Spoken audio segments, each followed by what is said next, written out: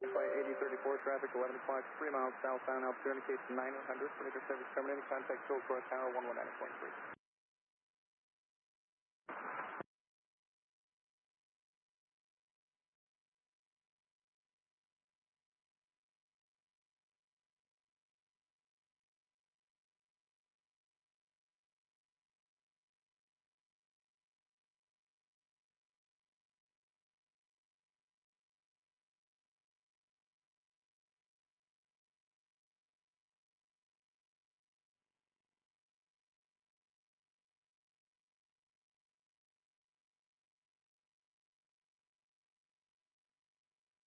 Clear jet 352, Papa Juliet, contact Seattle Center 128.3.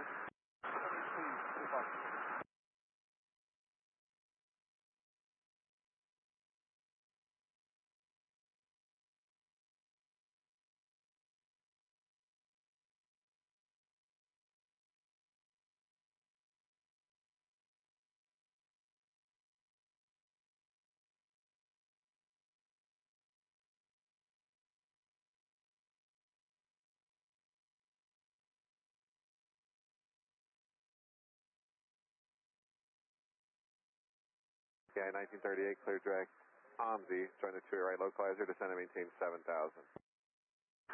Direct, OMSI, we'll join straight right, down to 7,000 for the 1938.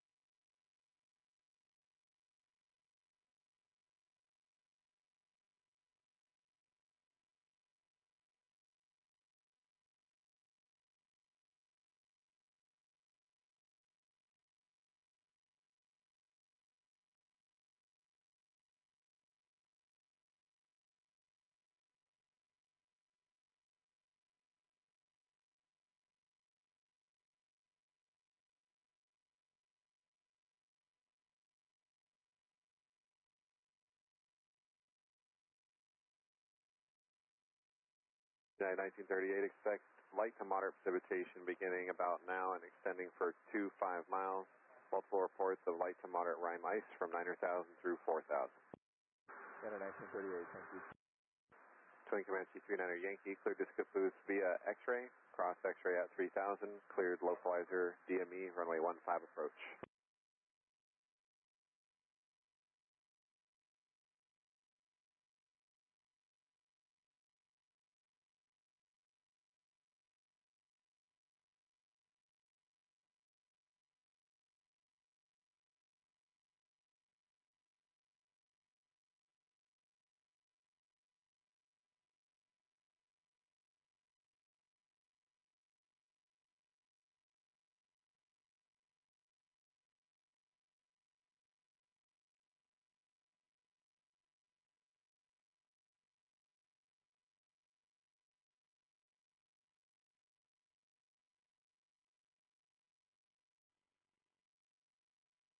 United 1938, contact Portland approach 126.9er. 169er for the 1938, clear.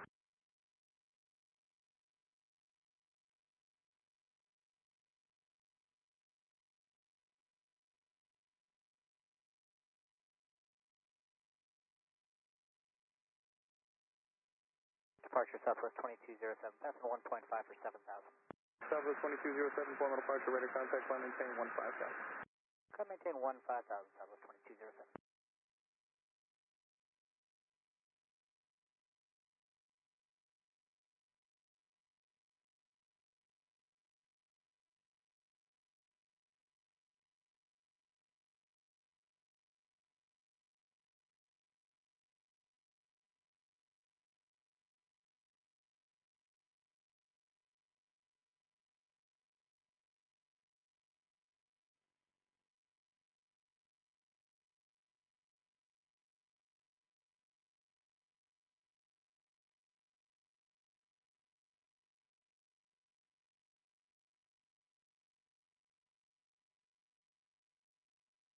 Flight 8034, formal departure, right in, formal altimeter 2991.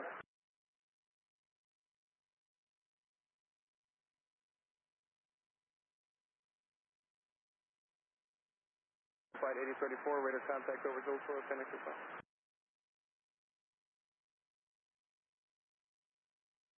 Flight 8034, Roger, expect on air runway 13 right approach, clear to Hillsborough via radar vectors, climb and maintain 4,000.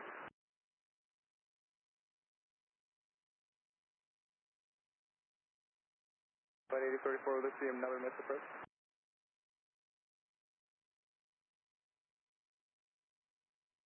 Flight 8034, 2207, consideration minute. Direct mini, Southwest 2207. Alaska 294, 1700, climbing 7,000 on the Cascade 2. Alaska 294, Portland departure, radar contact, climb maintain 15,000. 15,000 off the 4. Flight 8034, turn right heading 220, vector final approach. Flight 220,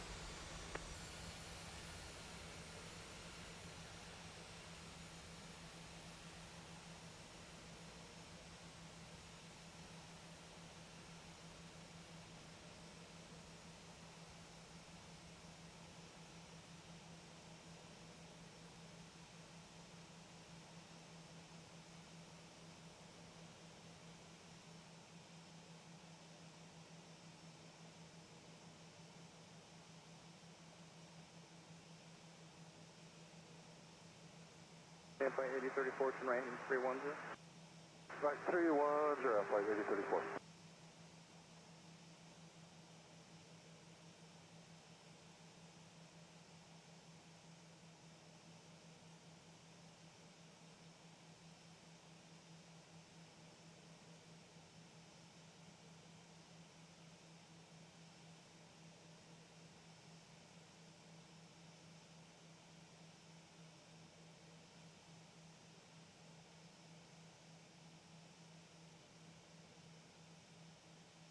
Southwest 2207, contact Seattle Center 12520. 12520, Southwest 2207. Alaska 294, clear direct business. Direct Chisholm, Alaska 294.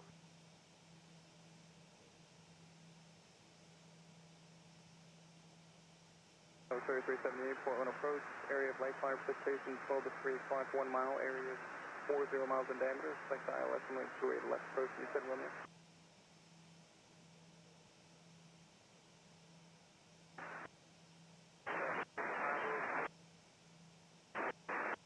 Southwest 2503, Portland approach, expect ILS and link 28 left approach. And Flight 8034, are you picking up at ELC there? We'll check. Southwest 2503, area of light fire precipitation 12 to 2 o'clock, 6 miles, area is 40 miles in diameter. 202390 Yankee, if you get a moment, can you monitor 121.5, see if you're picking up any LT? Yeah, Flight 8034, we're not picking any up. And Flight 8034, thank you.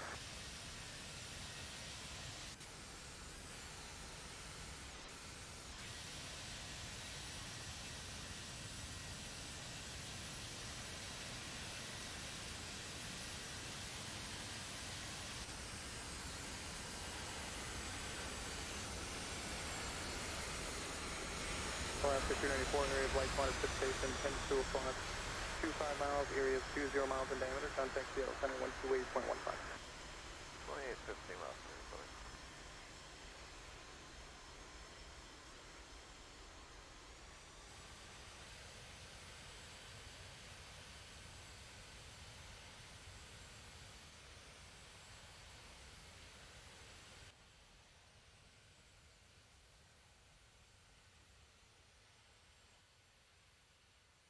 Princess 707 Bravo Whiskey, Portland departure, ident phone altimeter 29991. Connected to PilotEdge.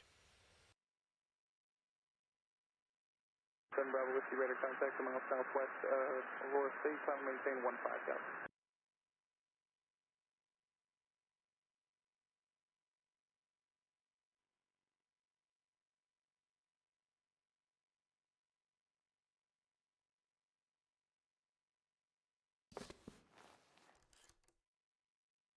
Tower 3378, safe flight conditions.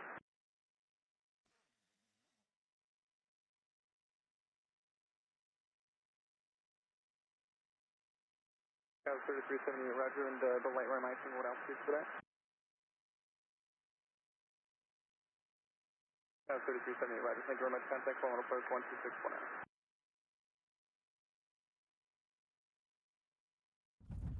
Number 2503 at light line between 17 and 12,000.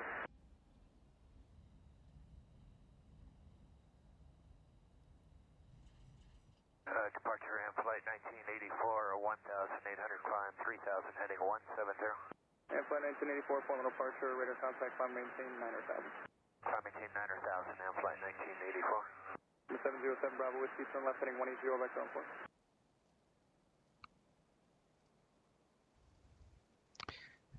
Hello everyone, hope everyone is well. Today we're just going to do a relaxing flight from here at Portland International. My favorite payware scenery. It's got everything. Airliners, it's got a nice FBO for GA. It has a nice cargo ramp and some other structures and malls and stuff that's here. I also have Pearson Field loaded up, which is across the river here, with nice custom bridges and all that. So this is one of my favorite places to fly out of, and we're going to do a little trek down the coast to North Bend, which is this is one of my favorite city pairs to do on my second favorite airplane, the King Air. So let's get the King Air fuel calculations. So I've already run the fuel report, so we need fuel calculations. So 428, and add up this fuel I need. 428 for trip, 146 for 15 minutes of burn time. We're going to do 372 if we need to come back to Portland for whatever reason, and 200 for taxi. So that equals 1146 divided by 6.5, which is the weight of a single gallon of Jet A fuel. That comes to 176 gallons of fuel. So it's 176 plus I have like almost 100 gallons of auxiliary, but this is my main trip fuel, so 176 times 0.5 is 88 gallons per wing.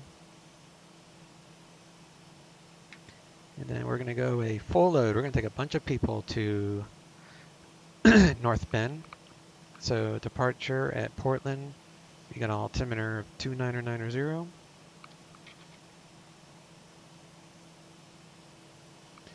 And they're taking off east, so we'll plan on 10 left. Current ATIS is Oscar, with that's the weather and runways. North Bend is, we'll just make our own approach, but it's raining currently and the winds are 9 knots. So we'll figure out what approach we're going to do in a little while. So we're going to do IFR. So we're going to go to PilotEdge, and we're going to file the flight plan. So November 133, slant Golf, cruise 22,000. We'll come back to Portland if need be. And that looks good.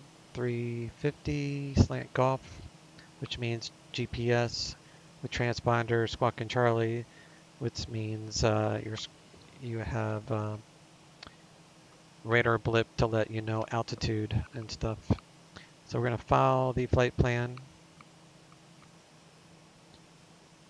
And then we're going to fly from Portland to North Bend using this Victor Airway.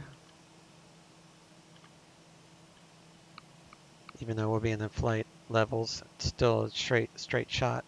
There's rain and stuff, so we'll check to see if it shows up. We're probably here. So it's on file.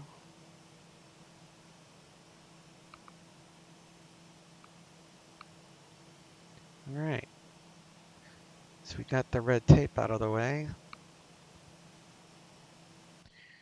Do our walk around.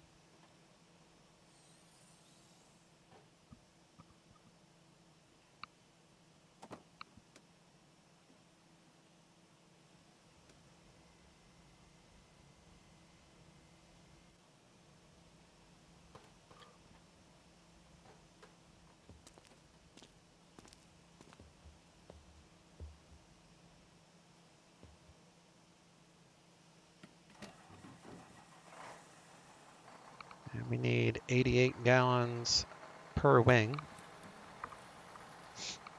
I think. Yeah, 88. It's going to be the fuel we need to get there and get back with reserves and taxi and all that.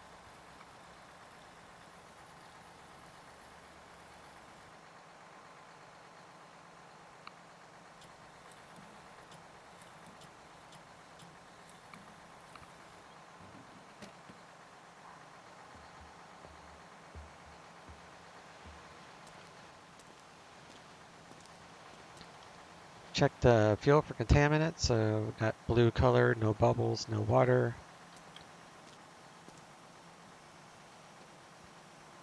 Engine looks good. Check the oil.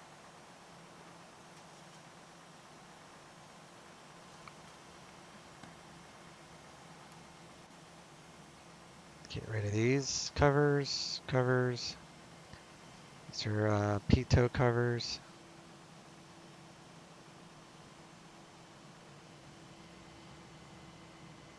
These guys always land on the 2.8s. They never. I've tried setting WinCom. This program just ignores any flight runway rules I put. So this is just for show. I turn it off when I'm actually ready to take off. But it gives me background noise, so it's still worth the purchase, I believe. So we need to put 88 gallons of fuel in here. The ground is for static, I believe, so we don't catch anything on fire. Sparks. See, ground the fuel truck, I reckon. I'm not sure. So we need 176 gallons.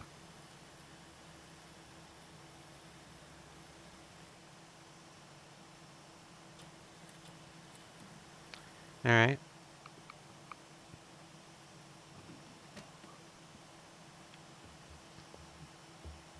So that was 176. And the FBO for jet is 525. 176 times 525. Whoops, that was way wrong. 176 times 525. So it's $924 in fuel for Atlantic. Fuel costs, real world fuel costs. So I just like doing that for fun to see how much this would actually have costed us. So we're going to come over here. We're going to do the same thing. We're going to check our fuel for contaminants. Oh, okay. Check the fuel. Going to hook up the GBU. Oops.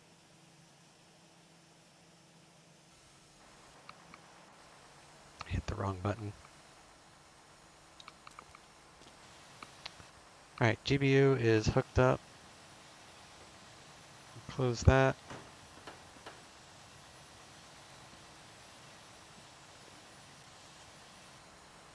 Check the oil.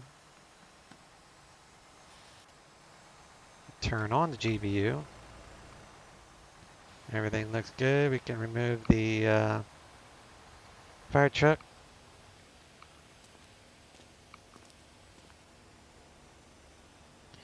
Remove the chocks.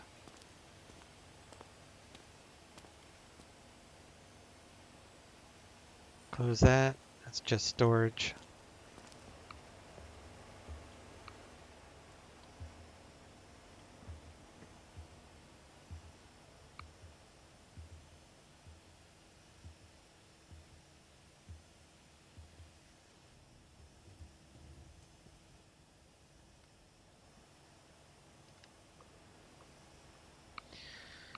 This control lock, we'll remove all that and we'll set the e-brake. Set up the throttle quadrant for start.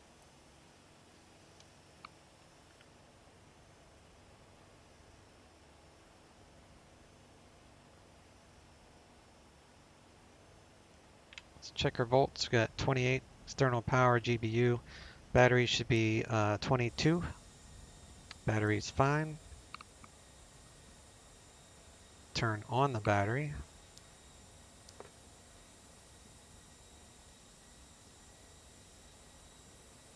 And then we'll connect the gen tie. External power is blinking, so we'll go ahead and connect that. Wipe out the cautions. Do a bus test. Got gen tie lights, bus lights. That's a good test. Reset. We'll check the volts. Should be 28 across the board, which it is. Turn on the inverters, power inverters, right and left. Do nav light, tail light, overhead, cabin lights, no smoking lights. And now we'll do a fuel, emergency fuel cutoff valve check. So we'll turn on the fuel pumps and we'll see if this closes, which it does. So once you close that, then you could hit the fire extinguisher. We're just checking to make sure that the valves close. So the valves close off fuel to the engines in case of a fire. That's the only thing we're checking. All right, good checks. Turn off the pumps. That will give us another warning. We'll clear that out. We'll come over here. O2 100%. We'll check our alarms.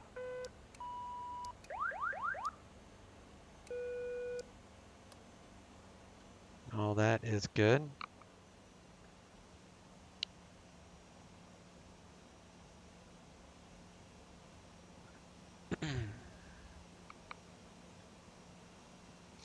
Battery bus in the up normal position. Engine anti-ice on.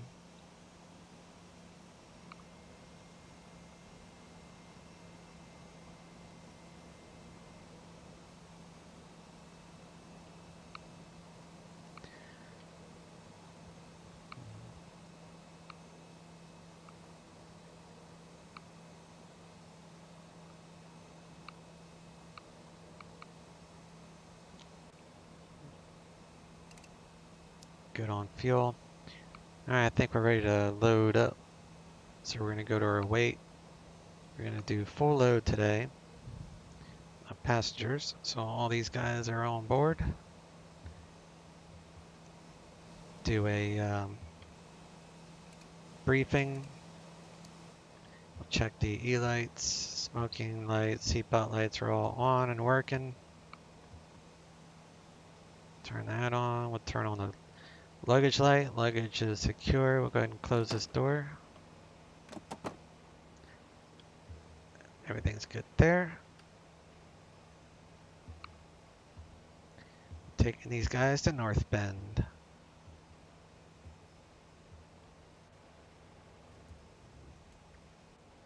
Shut that door. Check our volts. 28. Good. We'll remove the steps. And we'll do beacon light on. I think we are ready for start. So we're going to be starting engine number 1 first because the GPU is on the right side. So we'll start this engine.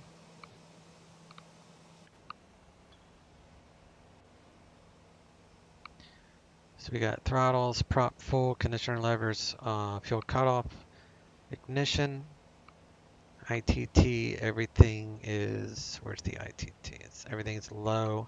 So we're going to start engine 1. Till we get to 16 NG and then we'll introduce fuel to low idle. 16, low idle. Check for hot starts and hung starts. So the ITT is rising. We have rotation within the engine, so the torque is climbing.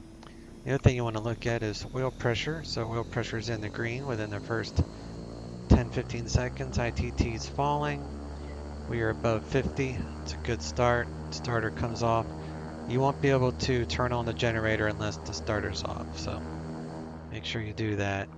Now to start engine 2, we're going to need full power on engine 1.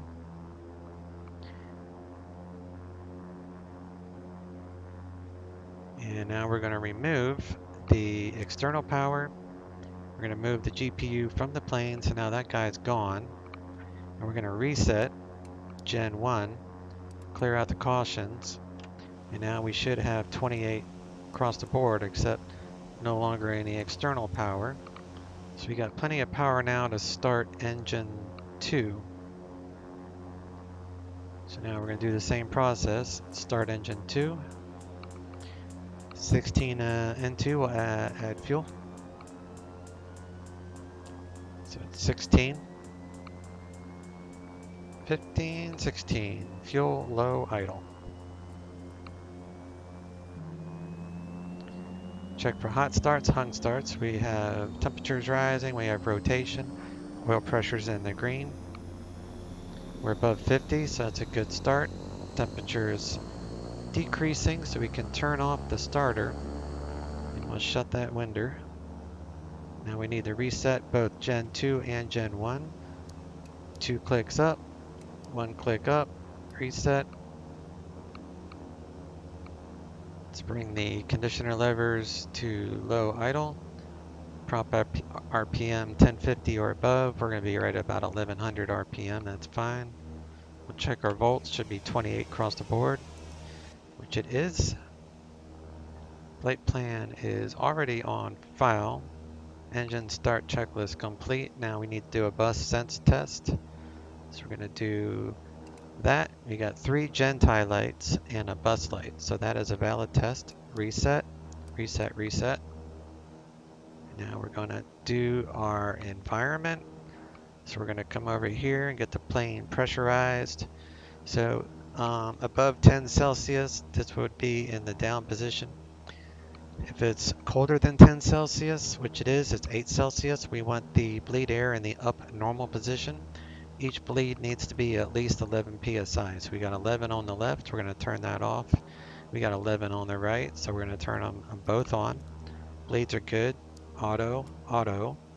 And it's 46 degrees, so temporarily we're going to increase the heat. So we're going to add power, about medium on the conditioner levers, because the electric heat takes a lot of power off the gens. So electric heat, aft lower, you'll see the lights dim, and the cabin temperature will be climbing. We have gyrosuction, pneumatic pressures in the green, so we are good on that aspect. We're going to check each inverter, make sure we have a bus light, which we do. Reset, check the left, bus light. Reset, reset, no bus, we're good. Inverters are good. Let's turn on EFIS, and we'll turn on Master Avionics. Turn on all the radios. Get the Garmin going. It's a GTN 750.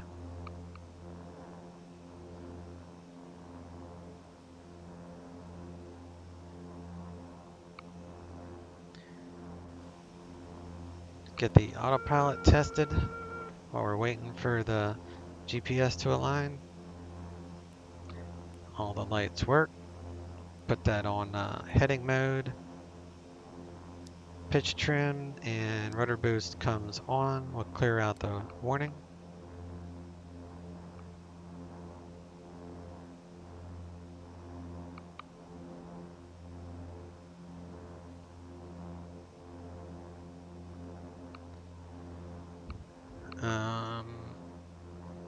Trim for takeoff and flaps. So we're going to trim this in the middle for takeoff, and then we're going to set flaps right here for takeoff. So we got a little bit of flaps. Verify cabin lights are on, those smoking lights are on. We're going to turn on the furnace and coffee maker. Everything's fine there. Do a test of all E-lights, they all work. We're going to slave each gyro. Mode, and then we'll come over here. Mode.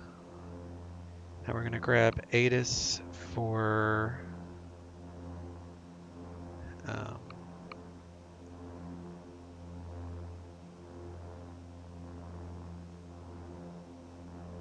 me see.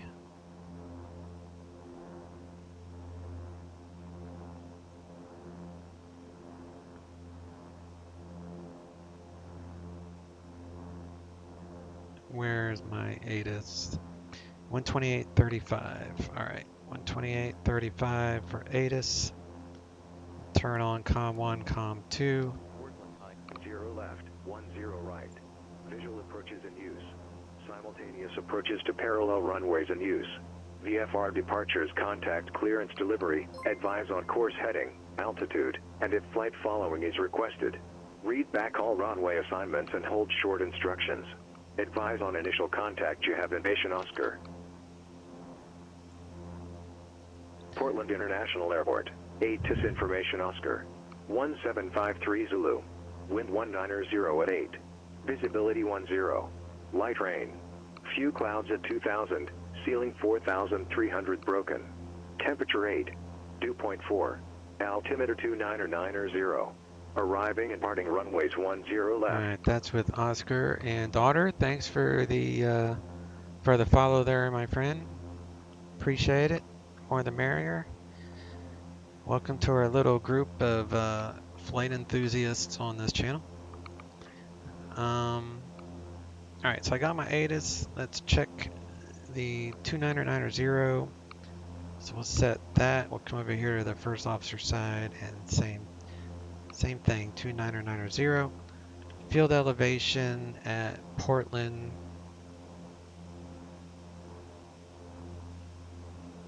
is 23, so we are right at proper elevation for Portland. So I need to get clearance. So clearance is 120.12. Do 120.125. Ground 121.90. Walker Air 169, roger, thank you. Okay.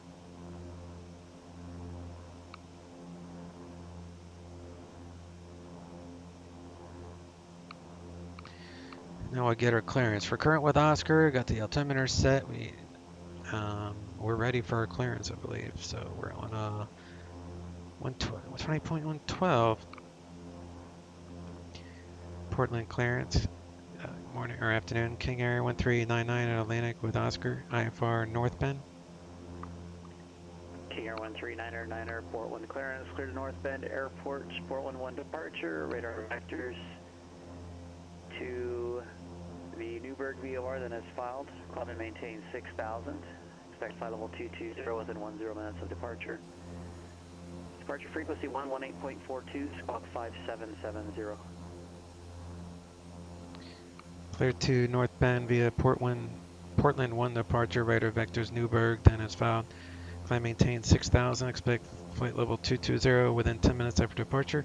Departure 118.42, squawk 5770, King Air 1399. King Air 1399, read back, is correct. Alright, so we got that. We're going to go to ground control. Tower is 18.7. So we'll get tower dialed in. Ground Skyhawk 56 Mike Echo South GA. And we're going to do a flight plan, menu, catalog. Pretty sure I got this one in here.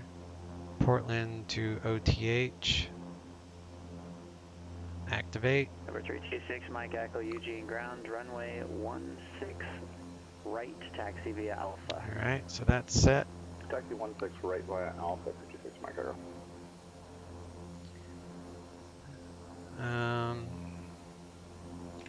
Squawk code is 5770. Leave that on standby. So it's set through the GTN. Autopilot, he cleared us to 6,000. We're on heading. Altitude is armed. We are facing 280. 280, so avionics are correct.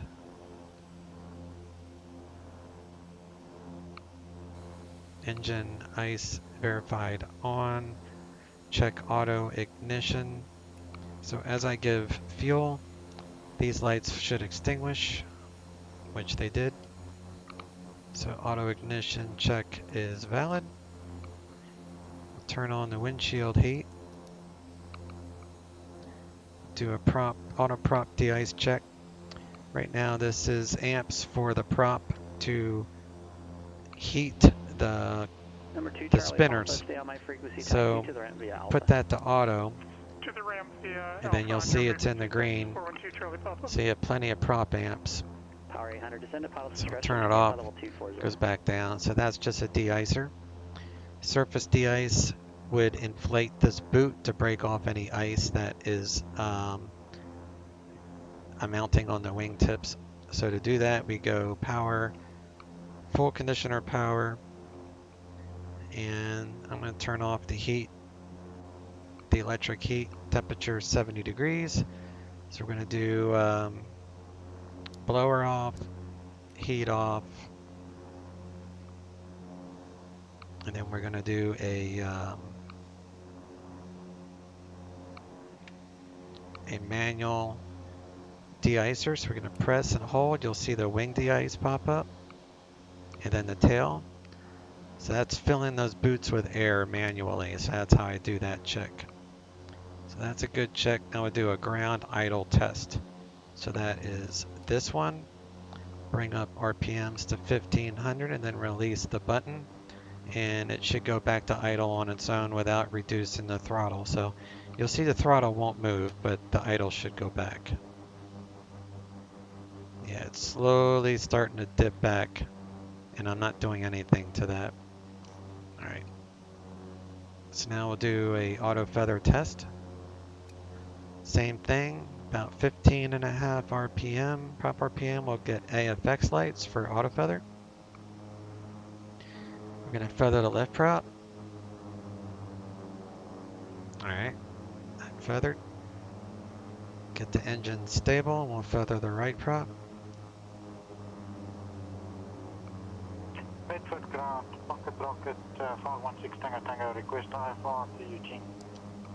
Alright, that was a good test. Number 516 Tango Tango Medford ground stand. Go ahead and arm the auto feather.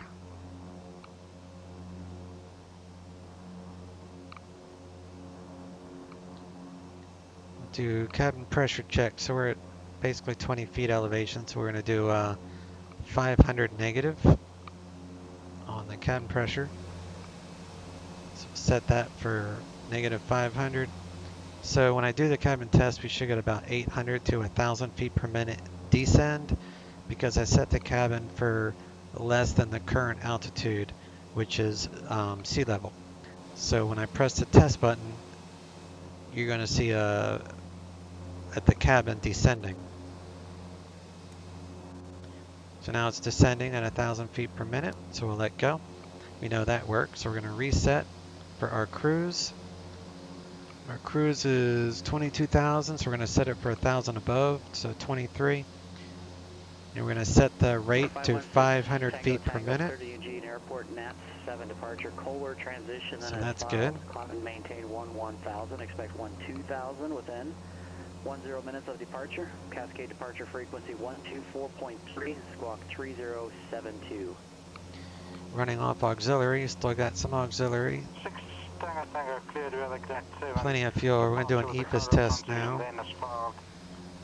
Frequency 124.3. So you press the EFIS test button for 10 seconds. Repeat altitude, please. Go through it tests. Alright. turn on Number 6 the Tango, climb and maintain 1000, expect 12000 with a taxi light, Rico, Pitos, Climb maintain 1000, stall warning. expect 12000 after 10 minutes, 6 Tango Tango. Number 6 Tango, read back correct. Get our ATIS again. Simultaneous approaches to parallel runways in use. VFR departures contact clearance delivery. Advise on course heading, altitude, and if flight following is requested. Read back all runway assignments and hold short instructions. Advise on initial contact. You have information, Oscar. Alright, still with Oscar, so the weather, altimeter, winds, everything is the same. So we're gonna check reverse. Reverse works, beta mode. Mary 25 Lima Delta, Denver Center, roger. Lower the props. I mean the conditioner levers. 5 Lima Delta, roger. And we're gonna squawk altitude. So go to altitude reporting. It's otherwise known as squawking Charlie. And we'll check all of our E-lights. Make sure everything is off except for the normal stuff. Oxygen not armed, so we need to arm that. Give the mask a test. Everything's good there. No more lights except engine anti-ice, which is fine. Alright, so I think we're ready to taxi.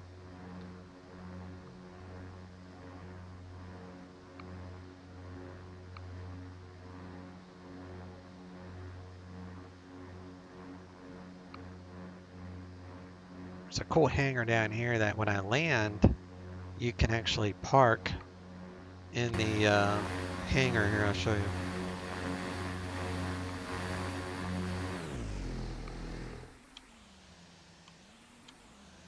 So like when you land, I can open up this hangar.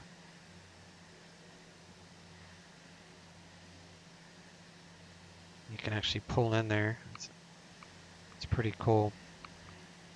So that's usually what I do when I land in the Portland using the King Air.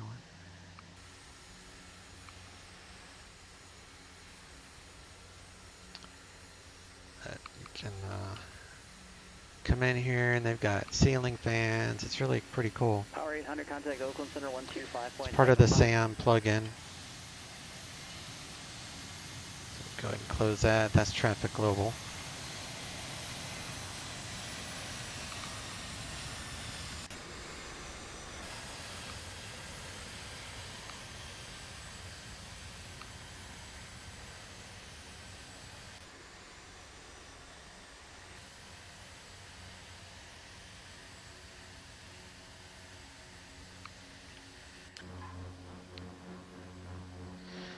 All right, we're ready to rock. 3006, descend at pilot's discretion, maintain 16,000.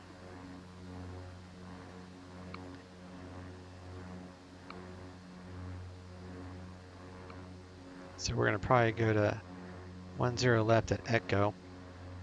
Via Kilo Echo is what I'm guessing. Go ahead.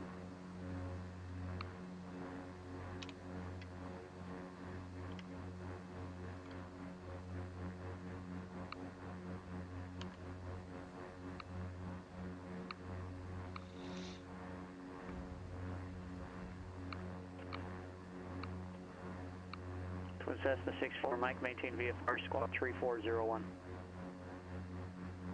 Just don't want to step on him. Wait until he's done talking, and then we'll go.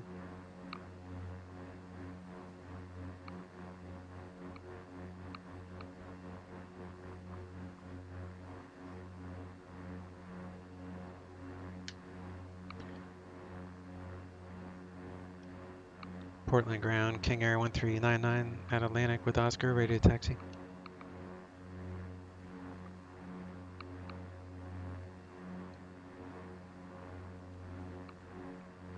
King Air 1399, Portland ground, runway 10 left at Echo, taxi via Alpha Echo.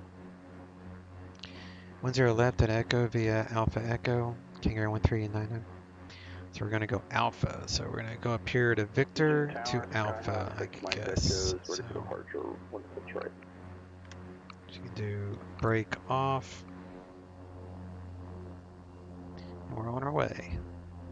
Skak 326 Mike Echo Portland, correction, Eugene Tower, runway 16 right, cleared for takeoff.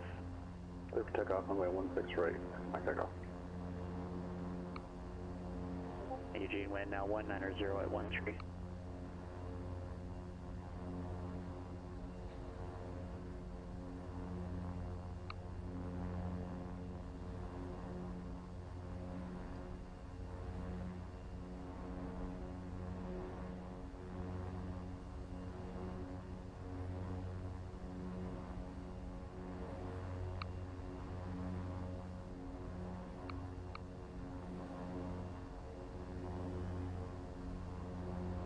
Bedford ground, 516 Tango Tango, ready to taxi with Quebec from GA South with Bravo 3. That's Bravo 3. 516 Tango Tango, Medford ground, runway 14, taxi via Bravo 3 and Alpha. Taxi via Bravo 3 and Alpha, runway 146 Tango Tango.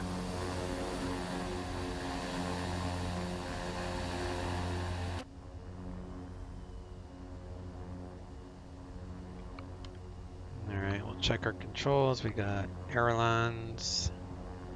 Everything's clear there.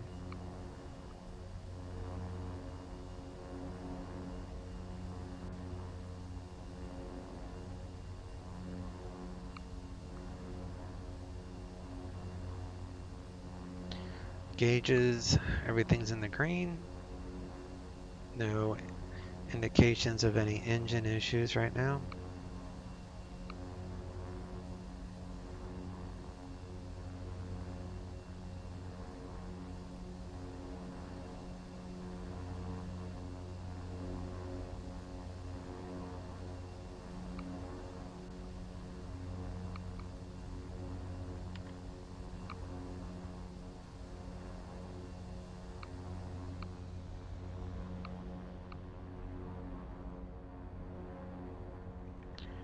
We are trimmed, trim's working, flaps are set for takeoff. Winds are 200 at 8. FedEx 14, Denver Center, roger.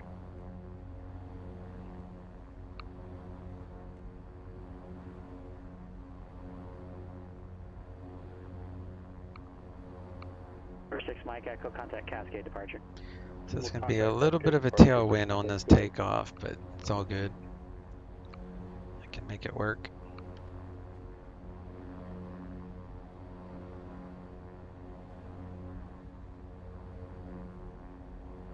November 326 Mike Echo, Cascade departure, radar contact. So we'll do auto ignition to on.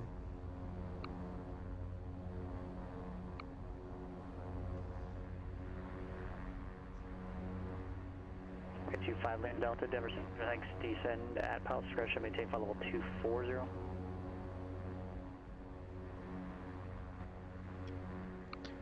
Alright, so we are holding short here at Echo.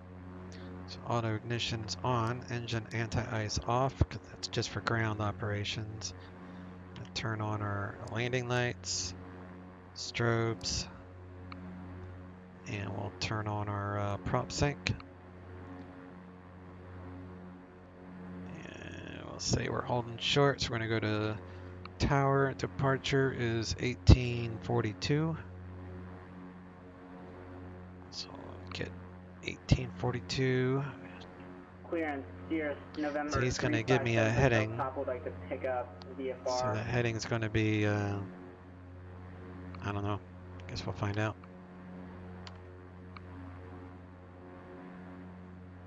Calling it Eagle, that's an incomplete request.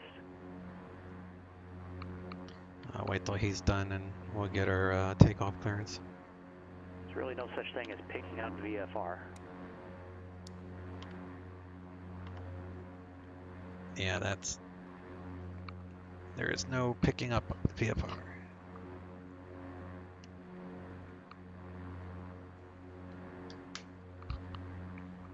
November 5 Lima Delta, thanks. Contact Denver Center, Just don't want to 120.47. step on them, so.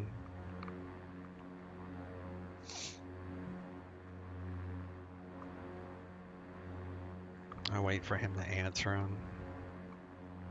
Power 800, contact NorCal approach 127.4.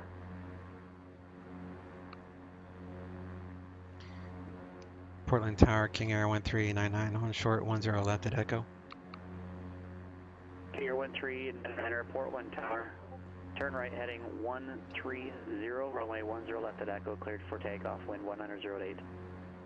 Right turn heading 130, 10 left at Echo, clear for takeoff, King Air 1399. Alright, so you always give the intersection unless you're full length when you say you're taking off. So that's why I said from Echo, because full length would be down there. And then we're going to set this for 130. 25 Lima Delta Denver Center Centennial. So we are ready. Clear left. Let me get rid of traffic global while we take off here. To conditioner levers full.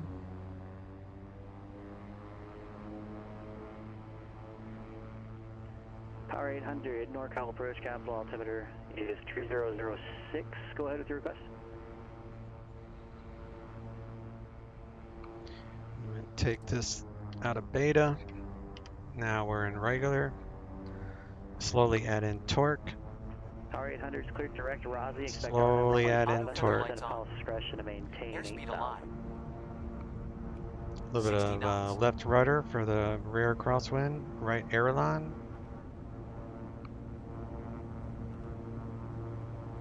V1. Rotate. V2. And we're up. Gear coming up. Flaps out. November 6, Mike Echo, turn left heading 010. Gear indicates up. Or 516 Tango, Tango Medford Tower, runway 14. So once you're 400 feet above the ground, you can make your turn. So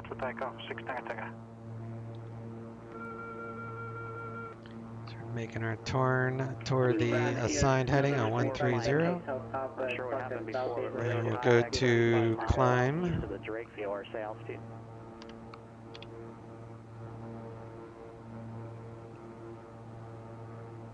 Okay, there was a question in there, I guess, a request to restate your altitude, please.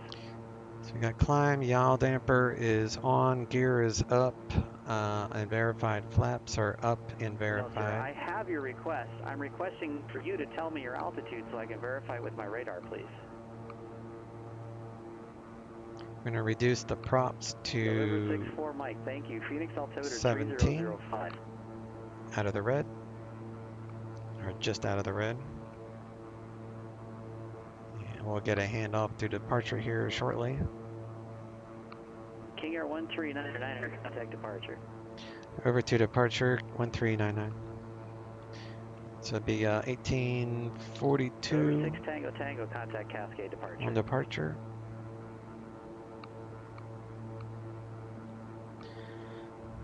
Portland departure, King Air 1399, 2,800 for 6,000. November 1399, Portland departure. Radar contact, climb and maintain 15,000. Climb maintain 15,000, 1399. Alright, so we're going all the way up 15,000 on the heading. 2,500 climbing for 11,000. Number 516 Tango Tango, Cascade departure. Radar contact, climb and maintain 12,000. Climb maintain 12,000, 6 Tango Tango.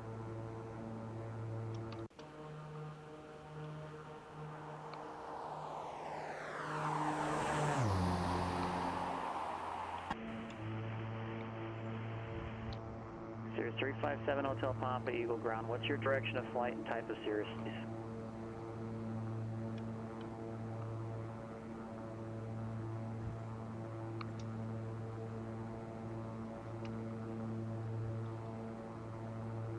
Sometimes they give me Seattle Center of 1214 next, so I'll just have that ready just in case. Don't need auto ignition right now. You can turn off the auto feather.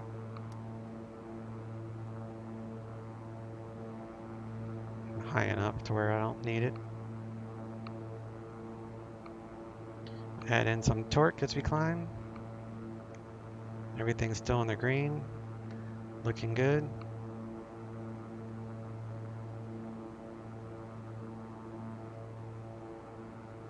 Yaw dampers on. There's no icing that was taking place.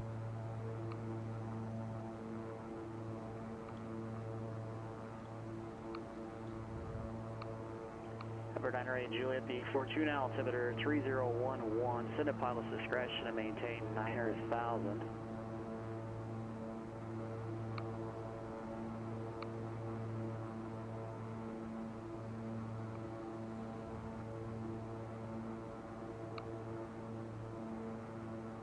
November 6, Mike Echo, turn. Let's go turn left heading at 330 to join Victor 448. Resume on navigation. Left 330 to join Victor 448, resume on nav, Mike Echo. Okay, 13909, turn right heading 260, clear direct Newburgh, resume on navigation. Right turn 260, clear direct Newburgh, resume on navigation 1399. 464 Mike, contact Phoenix approach on 119.2. Alright, so we're going to 260. And then we're going to go direct to Newburgh. And appreciate the follow there, my friend. Marsky, 1995. Good year. And Newburgh is, we're going to do a direct to Newburgh. We're going to activate. And then we'll come down here and we'll go to nav. So that will continue the right turn to the... Phoenix approach norm 7864 Mike, 9000 descending. I think it will. Number 7864 Mike, Phoenix approach, roger, advise yep. with the ATIS and altimeter 3005. So we're going direct to Newburgh, which is right there. Or you could do the flight plan. Above 4,000, clear the RNAV, runway 7 approach. We'll add in some more torque as we climb. 10,000 feet, we'll turn off the landing lights and taxi and Rico lights. King Air 13909, contact Seattle Center 121.4. Seattle Center 121.4, 1399 Seattle. Alright, so I got that on standby, so we'll swap that over. Seattle Center, King Air 1399, 10,000, 200 for 15,000. Number 13909, Seattle Center, climb and maintain flight level 220. Climb maintain flight level 220, 1399. Alright, so we're going all the way up unrestricted. And we'll just keep an eye on this torque. Say again? Keep adding in torque as we climb.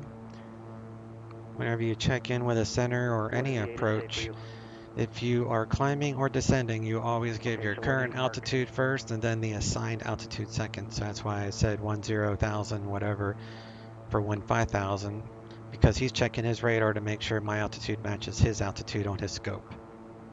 So we can turn off the seat belts in the cabin area. We'll dim the light a little bit in the cabin. And cabin pressure is climbing. So we're good there. Everything's still in the green. There's no icing. Check the wingtips. Right, so this actually will show ice on the wingtips, so then you could do auto or manual icing.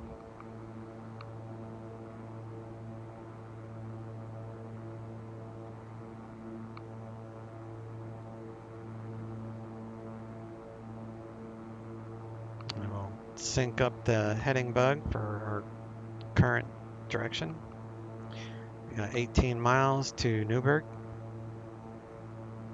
Contact 3215, Phoenix departure. Change to my frequency 122.2. That'll get rid of the static, please, and clearance is on request.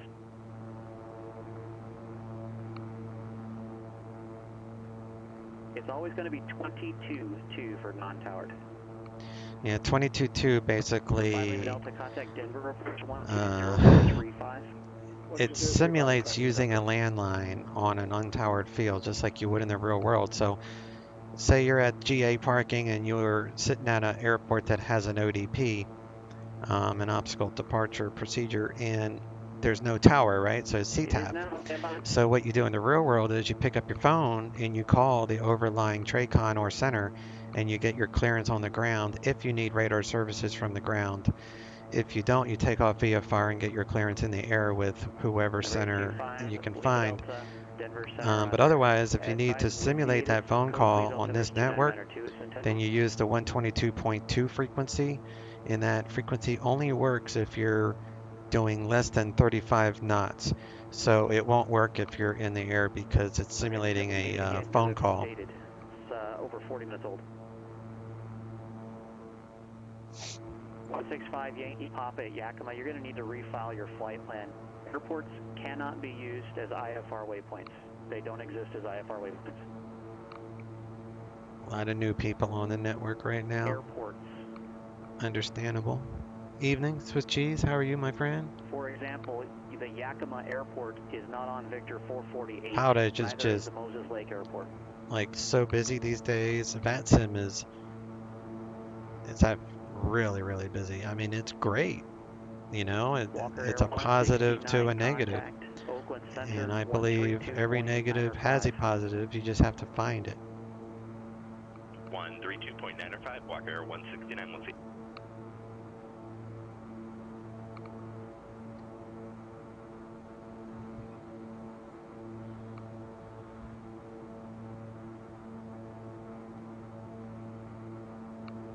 Alright, 25 Lima Delta, thanks for Foxtrot, expect visual approach, runway 17 left.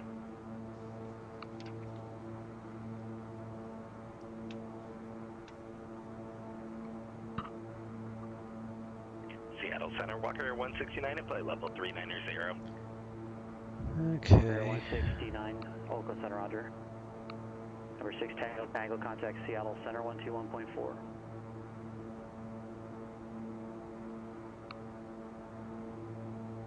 Number 6 Tango, contact Seattle Center 121.4.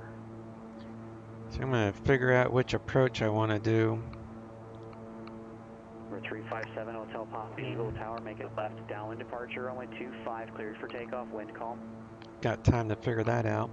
So we're at transitions. We're going to go to 2992, which is standard. 7864 Mike. Cleared through the Phoenix Bravo Taking that up to flight level 220. Add in a little bit more torque as we climb. To make a right 270-degree turn to join final. Straight over the numbers, cleared through the Bravo airspace. All good, buddy. Everyone got the time. Everyone's got the time. Yeah, for sure. It's a busy time, but a lot of people are home, and you know, through technology, a lot of people are able to work from home, which is wonderful. I mean, not everybody. I'm praying for those that are losing their jobs, and there's just so much stress in the world. So any little thing we can do, to brighten someone's day and stream and try to, like, when I'm streaming, if I'm not in a good mood, I'm not going to stream. And there's going to be times that, I'm not going to be in a good mood. And that's why I didn't stream yesterday. I was just like, it was just a hard day. So, but today I'm like, if I stream, you want to be positive. You want to spread positive because there's so much negative right now. And I feel for everybody that's having difficult times, but it's not forever, y'all. It's like, we're going to get past this. So it's just scary because it's unknown. Anything unknown is scary.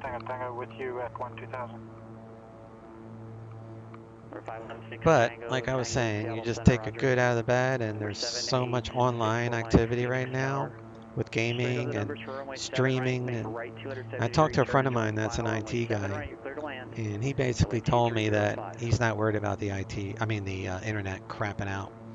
So one thing I did do with my DCS is I put it on non-internet mode. That way, if I do lose internet for whatever reason, I still have something I can fly. So, but with X-Plane, it's pretty much impossible to fly without internet. So, but in most cases, we'll have internet, so it's not going to be an issue. All right, let's pull back these conditioner levers right about there. Low, there we go. We're at our cruise.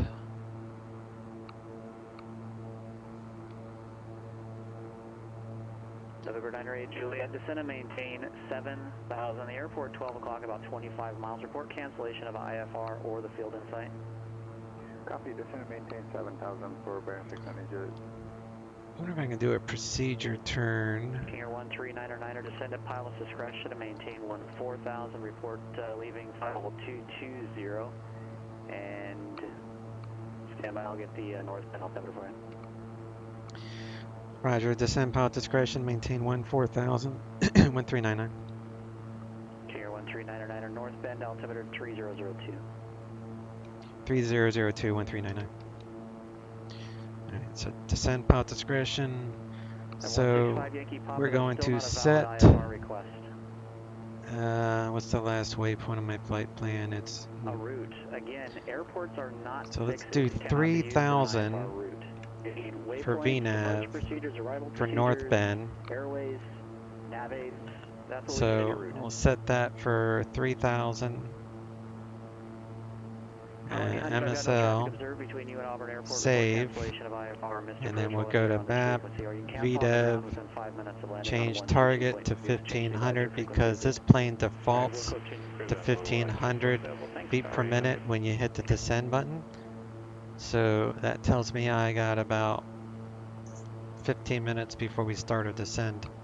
So just because he said descend pilot discretion, maintain 14,000, that just means I can descend whenever I want.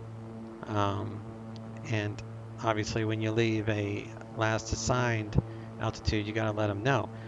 So that's why he said, you know, let me know when you leave 220, which we will do. Let me see here. So radar cruise, there's no icing. Torque is stabilized. I'm gonna back it down about 92 or so we don't over torque by accident. The ITT is below the red. We're good there. Let's come back to our passengers and open up these tables. And the little TVs or whatever these things are. Fabash. Also, the climate is getting a breather. Yeah, right? That's a good point. You know, less cars, and it's actually really good for the environment. That's, see, if people like you would concentrate on the positives, people would be in better moods. Just look for a positive in anything negative, and you, like if you look hard enough, you'll find it, just like you did. Thank you. High-Tech Come up here. Phoenix departure, release for departure now. Clearance is void. Open up these tables. Top of the hour. Time now 19:45. It's off by 20. Call back with your intentions no later than 20:05. I turned the seatbelt signs off, both front and the back already, so these guys are all good. Number 6 Tango Tango. Daughter, when people aren't driving or working on roads, then the internet almost never goes out. Yeah, exactly. You know, Xbox Live has crapped out twice already, so that's why I put my DCS game on not internet, because with DCS, if the internet goes out, you can play for 3 days without internet and then it will cut you off. But if you go into DCS and you turn off internet mode, then you can play indefinitely without internet. So when I fly DCS with my friends, then it's just as easy to turn the internet back on for that game, and then as soon as I'm done flying, I turn it right off, so that way I always have something I can use without internet. So if you guys have other games like that, I highly recommend you do that, because I don't feel internet will go out permanently, but I do see that there's going to be snags of service. It's going to be spotty, you know, the bandwidth might get less, or you're probably going to start throttling, and these are just my ideas, I haven't read this anywhere, but they might throttle like residential to give more power to like emergency services and hospitals, so they have more of a broadband. And you know what, I'm totally cool with that. I'd rather sacrifice my gaming for the you know, the wealth and welfare of the people that need that resource. So I have a friend that's in IT, and he's not worried about it at all, internet going out. He says there's all this infrastructure that's being built right now to handle the extra load, and he's been in IT forever and he's not worried about it. They're just having to build it up. So that's taking place.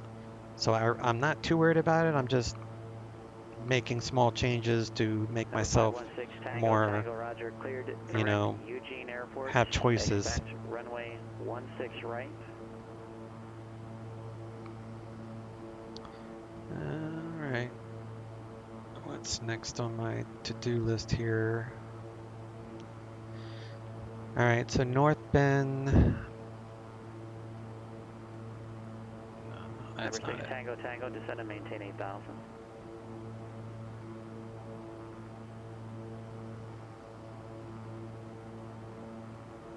North Bend is elevation of 17 feet. And North Bend 3215, radar contact is at 30.0. 10,000. So that's plus 400. So we'll just say a cabin altitude of 400 when we start our descent, because you add that to whatever the sea level or the airport elevation, which is 17. So it technically would be like 420. I guess I'll write that just to, it's 17, but all right, and we still got a couple minutes left here. Let's lower the props to 64 Mike, right turn off of the runway at Hotel 5 16 and a half. Hotel on my frequency. Have a good day.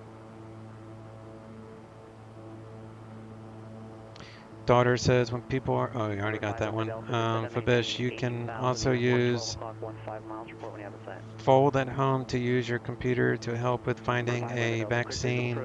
That's pretty cool. Oh, neat. That's cool. That's another positive thing. All right, so we need to figure out landing approaches and such. Let's take a look at this approach and see what we should do. So for a moment, we're going to come over here and we're going to look at what's the weather here. The wind is, it's raining.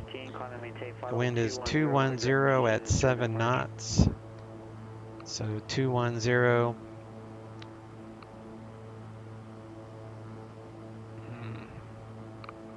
Thanks, IFR cancellation received, free exchange approved. Guess runway 22. I don't think there is no 22 approach. 7 knots. It's actually 9 knots. 230 at 9 knots. I can probably do. See here, the wind is out of here. Is there a circling? So we have a circling that we can get down to 700 radar, and the looks like you would break out of the clouds. Well, it's 10 square miles. That means there's no clouds less than 12,000 feet. I mean, anything, well, we got an overcast layer at 6,000, broken at 4,700 above the ground. So we can do a circling down to 700. So what we'll do is North Bend, runway 22 is left traffic. Otherwise it would say here if it's right traffic. So we can do a procedure turn from Empire. Let's do a procedure turn from Empire. So we're going to come down here.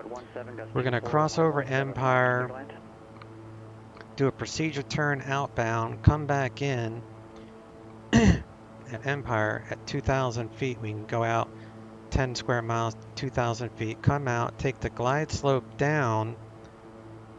When we come back in, we'll go down to 900 MSL, capture the glide slope, and we'll take the glide slope down to at least 680. That does not mean you have to go all the way down. So if I can see the airport at, say, 1,000 feet above the ground, 1000 MSL, Number 6 Tango then Tango Fly, we'll heading just do 340 left traffic. visual So approach runway 16 right, we're gonna descend and maintain come in, do the 5000. procedure turn, come back around, and instead of landing on 4, I'm gonna come out, we're gonna do left traffic, and come back and land on 22. So we're gonna use this for a circling approach. That means you can fly this approach for a runway 4. So I'm gonna ask for the ILS runway 4 from Empire, procedure turn inbound, and then do a circling approach. But the only thing that ATC is going to care about is my procedure turn. That's the only thing he's going to care about. The rest of it, ATC doesn't care because we'll be on CTAP at that point, which will be 1845 will be CTAP, so we'll talk to any planes on the ground. So that's the idea. That's what we're going to do. And we got 3 minutes to our top of descent. Once we start a descent, we'll be good to go. Set our cabin pressure.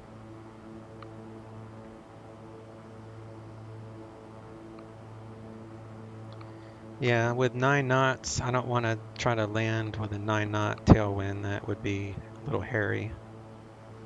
5 knots with a GA. If it's an airliner, I'll land with a 9-knot tailwind, but GA, I don't want a 9-knot tailwind, so I look for a circling approach.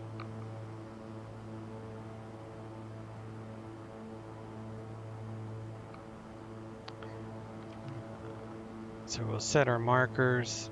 You could fill all this out, but setting the markers and these speeds don't really change in my experience, except for maybe 1 or 2 knots. So I just don't worry about this because I know it's going to be the same. Like it sets these markers. So 184 is gear down limit, so I can lower the gear here. 160 is flaps approach limit here, which means full flaps, anything in the white arc. So we'll be good. 3 Mike Sierra, back correct. Call me back on this frequency short of the runway first line, ready to go. Start on our way down.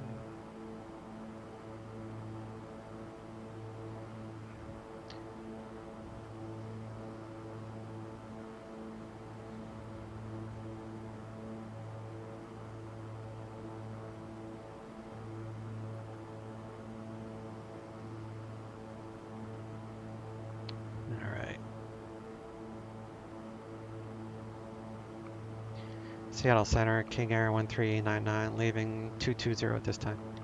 Number 1399, roger. Alright, so I let center know I'm descending.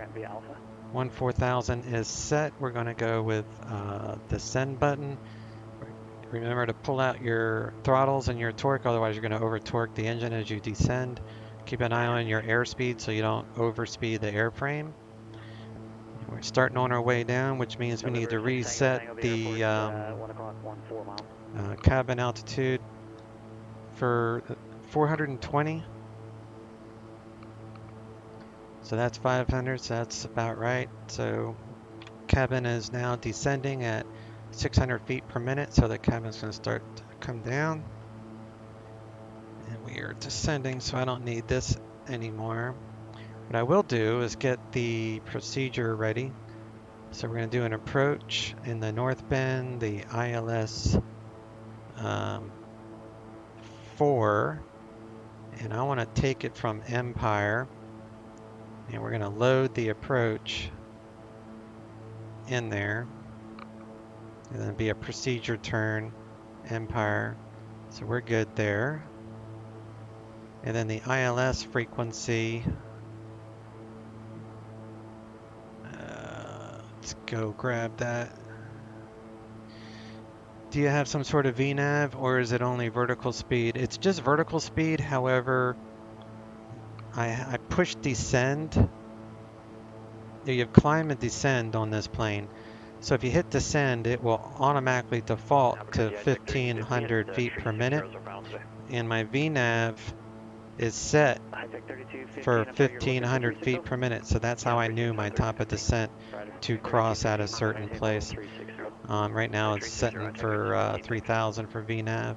But no, most GA, I can't think of any GA actually that would have VNAV. That's more of an airliner thing. And not even all airliners have VNAV, like CRJs and some of the E-jets don't have VNAV. Only like Airbuses and A320s and 737s, which I fly those too. Airliners will have VNAV just because of, they're permitted to fly SIDS and stars, where in most cases turboprops and other props cannot fly SIDS and stars. So that's one of the main reasons. So we got approach ILS 4, and that would be ILS 108.5. So we'll set that for primary course heading 046. So we're gonna sync up the heading bug, go to heading, switch this to VOR, and then what was that again? It was 1399er, descend and maintain 12000. Descend and maintain 12000, King Air 1399er. And over 1399er, given approach request in northbound altimeter is 3002. 3002, and I do, if we could do the ILS runway 4 procedure turn starting from Empire for 1399.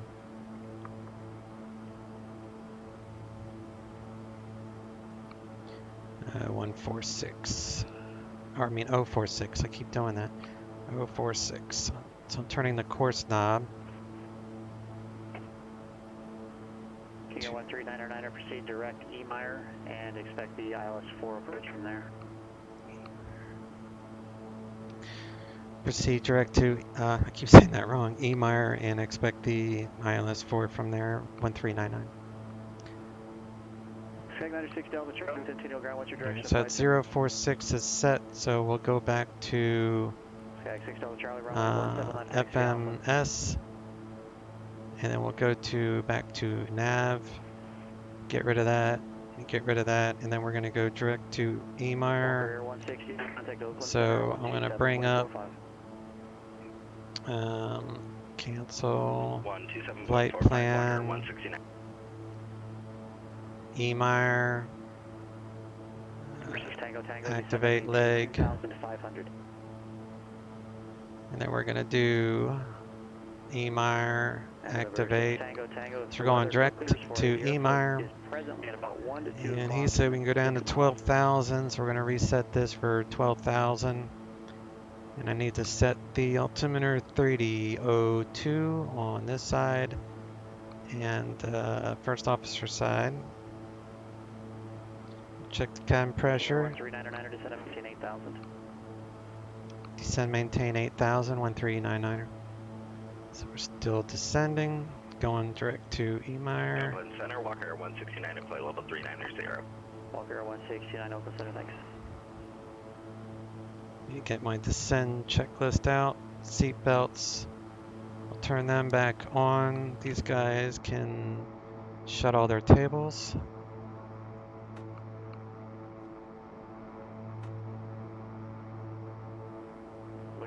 Mike Sierra released for departure. Void if not off by 2010. Seat belts are on, front and back. If not off in the next 5 minutes, call back with your attention hood and the 20. All right, thanks. And yeah, no problem, man. That's what we're here for. To help y'all out with airplanes that you might not be all that familiar with. That's how I learn. I learn by watching streamers and primarily YouTube. I have a YouTube channel that I upload most of my streams to. So if you look in my channel description, you'll see my YouTube channel. So feel free to subscribe to my YouTube. That doesn't cost anything. And then I have all my airplanes in playlists. So if you like my King Air, the one I'm flying now, you can look at all my King Air flights. Or if you want to look at my Airbus flights, you can look at all my Airbus flights. I have them all in a playlist.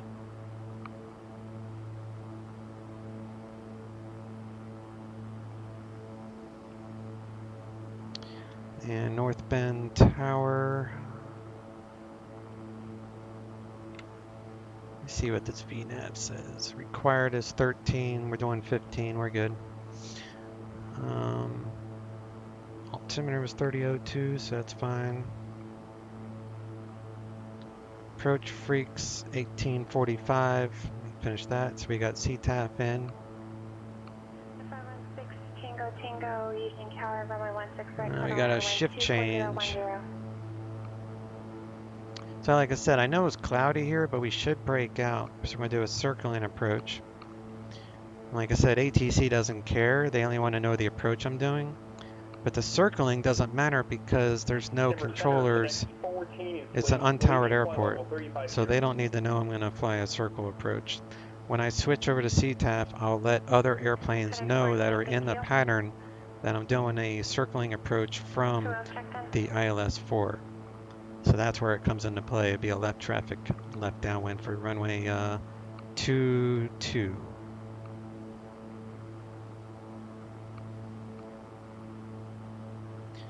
And ATIS, our AWAS is 13507. Let's see if we can get AWAS.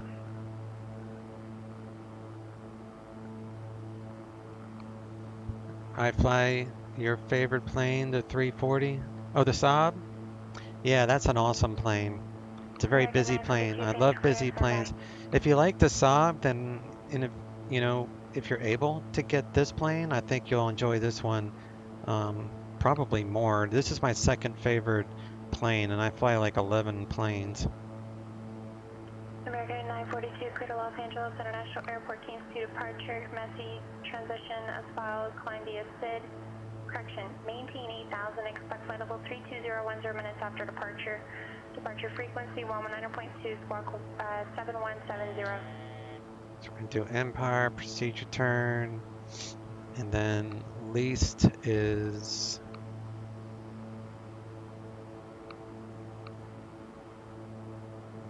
it's going to be about 1,300 feet at least, which it has. Okay. We are in the soup.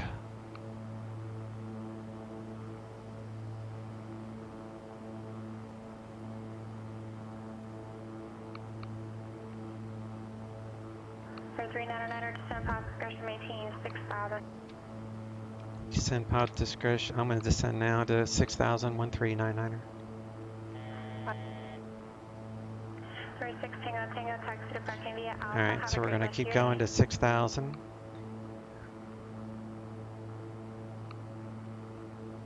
Surprised you don't have the dual. I think I might have missed something. No, I didn't. T-Bird, welcome my friend. Surprised you don't use the dual GTN 750 with this plane. I've seen that mod, and the reason I don't is because the dual GTN doesn't have the Collins radios. Like it doesn't. It's set up to where you can't use them. I don't even think they display with that one. And I have a SATEC radio panel because all my flights are done online, whether it be PilotEdge or VATSIM. So my main thing with, the simming is the ATC. So whatever I do to make my ATC flying more fun is what I do. So I've seen that mod, and it's a cool mod. But this one's set up to where like these things don't work. So like you'll see on COM2, I'm doing that on my SATEC panel, putting them back and forth in COM2. So with the double mod, I don't have that ability. So that's why I prefer the Collins radios. Here 326 Mike Echo, Seattle Center, did you check in? Flew my first flight in the King Air yesterday. It's cool. I have something for steam gauges. Yeah, me too, my friend. I like glass cockpits. That's why I like the GTN in this one, because it's a much better choice than the FMC that comes with this. And T-Bush says, I see. Yeah, it's just it's just personal interest. Like both of them are good, and it just depends which one you want. Oh yeah, it's raining here. I'll turn these on. Well, let's come over here. I'll do window defog. Need to check for icing. Temperature is 37, so it's not freezing, so we don't have to worry about icing. 11857 to deck 14. We'll do auto ignition. We'll do auto feather back on. 462, high 3215.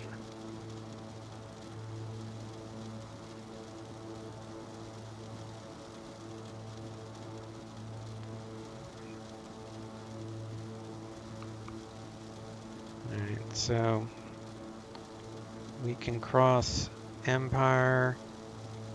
I'm guessing 2,000 or above. We'll see what she says. We've got 17 miles to go, so we got plenty of time.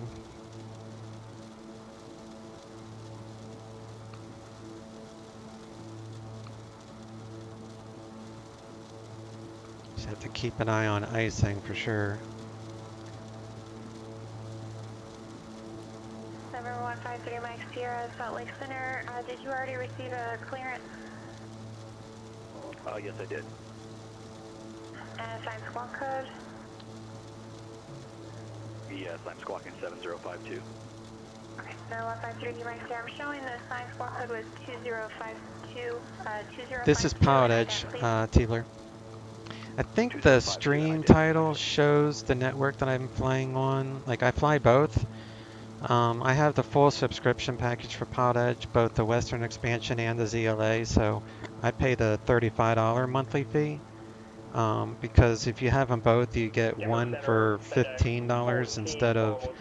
If you only have one, you pay $20. If you pay for both, it's $35, so you get a little bit of a discount.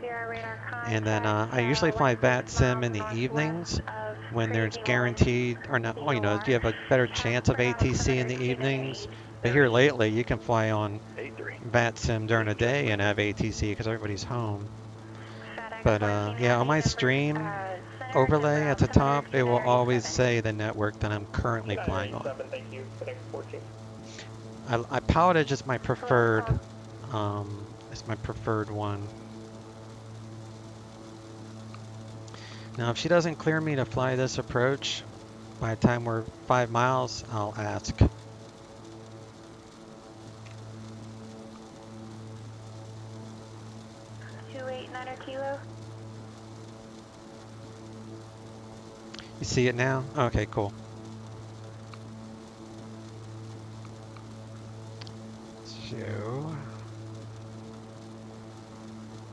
So we're going to be coming right to Empire. Going to come out, we're going to do a procedure turn and come back in and cross over least at 1300 or LOM, which is Empire, at 900. And we can take it down to circling.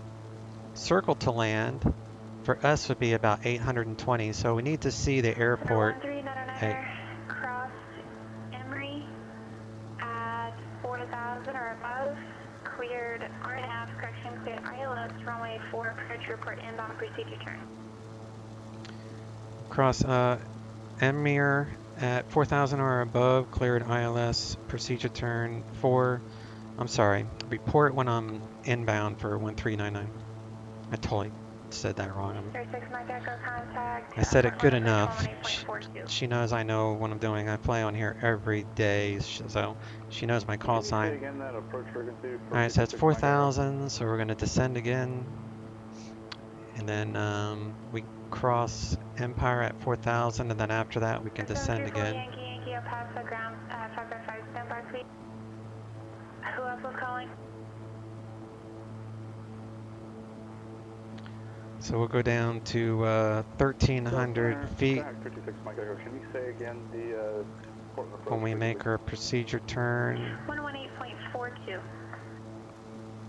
So after Empire, we can go out over the coast and we'll turn 181. So I'm going to set 181 on the heading. We'll switch to heading bug 35 to deck 14. after the procedure. 03 Mike Sierra, contact Denver Center 120.47. 2047 to Mike Zero.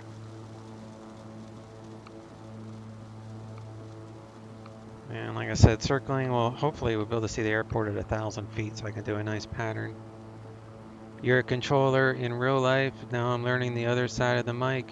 Yeah, man, it's totally different from what I hear, like the VATSIM guys. Like, controlling just has a different feel to it. But that's awesome. I'm all about getting pointers.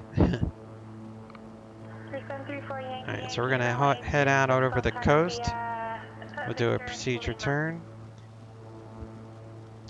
We crossed over Empire already. So now we're cleared to fly the approach. Now I'm going to go down to 2,000, which is the allowed altitude for procedure turn. And then once we're inbound, I'll report back that I'm inbound.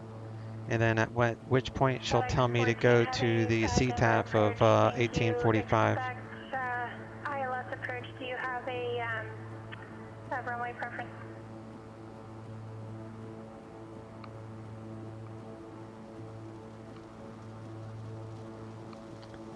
What part of the world do you control in real life? I know you don't want to say the actual airport, but can you say like what, the West Coast or the Northeast or something?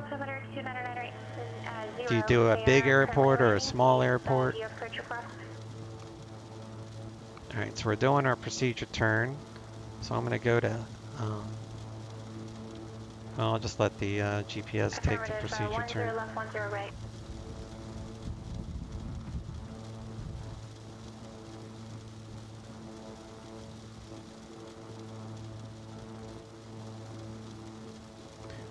I'm going to go to heading mode.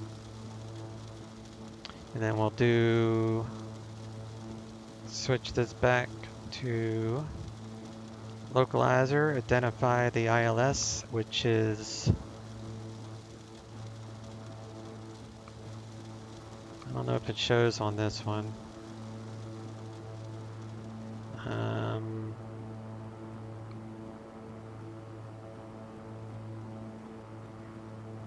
Yeah, identified OTH. So we are identified. Inbound procedure turn, contact northbound tower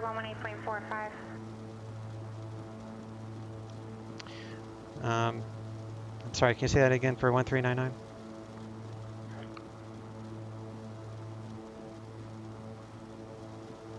Zero, 001. 2809 kilo, Payne Tower, runway 16 left, clear for takeoff, left downwind departure, north approved, wind 18013.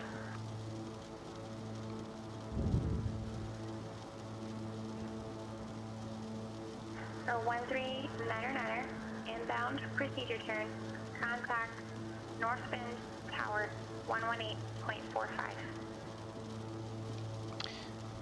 Inbound procedure turn, contact tower, North Bend 118.45, 1399. I thought this was, I didn't know it was towered. I feel stupid. Okay. So PilotEdge does control this airport. I thought it was untowered, but apparently not. So I will be telling her. Say again the call sign?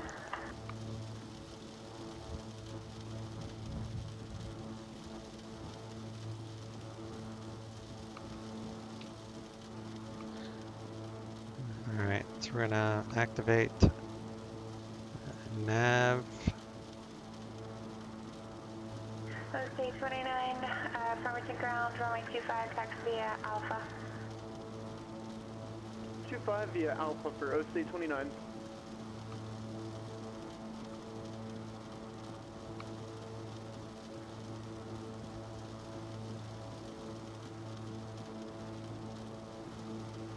American 942, We'll activate approach.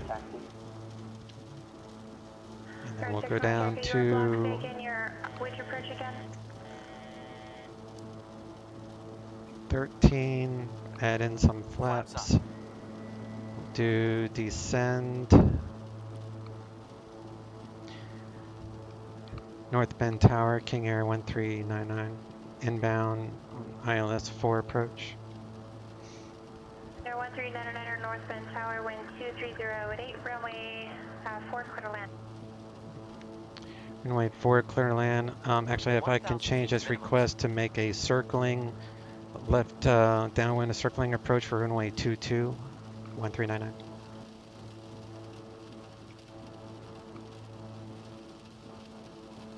All right, gear coming down. For 1399er, circle northwest of the field, right downwind runway 22, report the circle. Circle to the right of the field and report midfield for runway 22, 1399. I think that's what she meant. I don't know. I totally got jacked up. I thought this was going to be CTAF. Mike Echo, turn left heading 290, vector Hokum. Anyway, so hopefully we'll see the field at 1,000 feet. Or what is circling again? It's 800, right? It's circling, no, 6. Eagle clearance, Power 1 clearance to Sedona. Power 1, Eagle clearance, stand by. American 942. Missed approaches. I don't even know what that is. Be straight out. So runway 22, I'll just reset the heading bug for 22. Here comes the glide slope.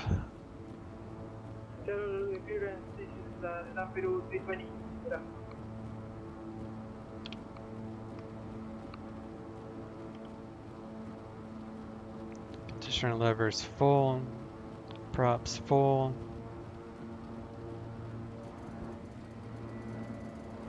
Flaps full.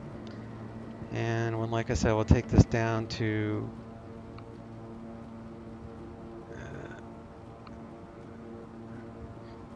Minneapolis Center. Oh, cool, dude. So we can take this down to 800. Roger, Charlie, Romeo, Bravo 13, that's touching man, American 942.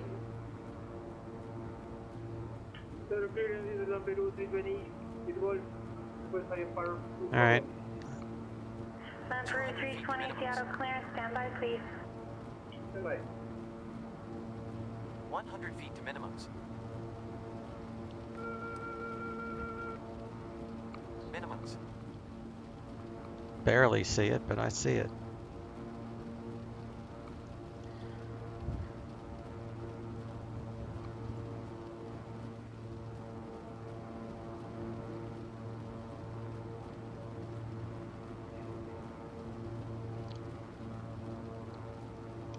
North Bend Tower, King Air 1399. I started my left turn, circling at this time.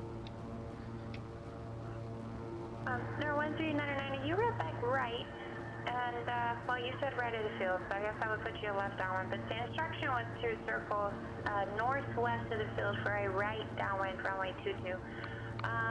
Continue left downwind runway 22, clear to land. Sorry, I misheard that part. Continue left downwind, runway 22, clear to land, 1399. Yep, I made a mistake. I can't see squat. I should be doing a mist.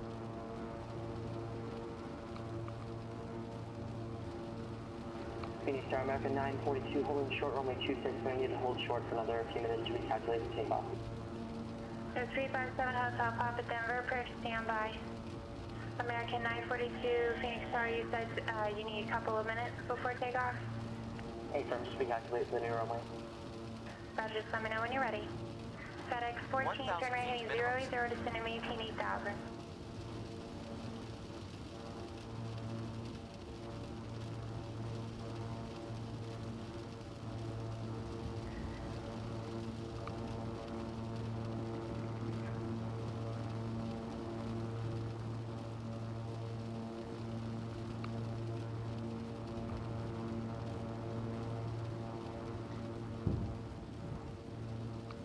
Kinda see it. 500 feet to minimums.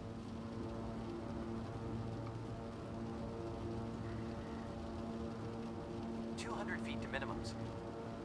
100 feet to minimums. Minimums. Power 1 clear to Eagle County Airport. Jefferson 6 departure to Kremling, direct. Maintain 15,000. If she would have said, maybe she did say left downwind, I don't know. 100 feet. Departure correction, Denver Center frequency 120.47, squawk 7125. And confirm your destination is Eagle County, so it's just a local IFR. Negative, we're going to Sedona, Sierra Echo Zulu, Sedona, Arizona, and clear to Sedona on Gibson 6 departure, Kremling direct 15-20-47, 7125 for Power 1. Power 1, standby. FedEx 14 Heavy, you are 7 miles from JPEX, turn right heading 140, maintain 8,000 till established low closet, clear ILS, runway 17 right approach. I didn't think the visibility was going to be this bad.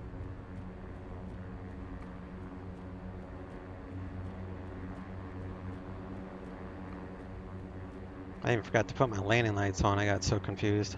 For 399 taxi departing via Charlie and Alpha, if you need it, and remain this frequency. Have a wonderful day.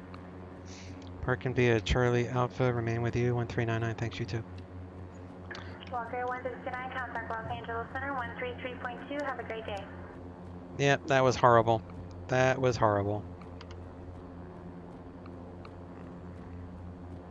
Power 1. I've never done a circling here, so... Clear to Sedona Airport. Crimson 6 departure, correction, Jemison 6 departure, Kremlin, then as filed, maintain 15,000, expect flight level 320, 10 minutes after departure, and departure frequency squawk remains same. Alright, turn off clear these to strobes. Sedona, Gibson 6, Kremling is 515, the rest is all good, thanks for Power 1. Power 1, read back correct, expect runway 25. Right. Eastern American 942, ready. American 942, runway 26, clear for takeoff. Rocking the coastal weather. Do you fly for virtual airlines? The only virtual airline I fly for is FedEx, and the one I fly for pretty much has 0 rules. So that's the only reason I fly for that one. I've had issues with virtual airlines in the past, so I'm not a big believer in them. The 8931 San Francisco clearance, standby. Let me see here. Who else is calling for clearance to North Bend? If someone else is calling, just call for clearance. Taking the call sign. Peru 320, Seattle clearance, information correct. IFR Portland. But the problem with that was she said the northeast or northwest or something of the field, and I was disoriented, so I didn't know. If she would have said left, or maybe she did say it, but I didn't hear it. The reason is I looked at the chart supplement for the runway 22, and nowhere did it say right traffic. So that's what confused me. So I messed up, and we all do. We're people. And I admit it. I messed up. And the landing wasn't the best because I was stressed out. Emperor 320, read back correct. Expect runway 16 left. Runway 1 clear. FedEx 14 Heavy, contact Denver Tower 11, correction 133.3.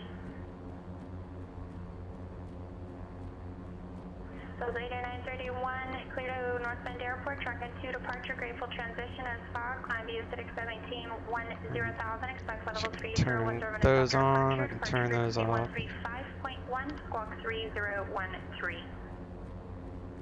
3013, climb Beta 1, Jeff out, 8931. Windows 8931, confirm climb via FedEx.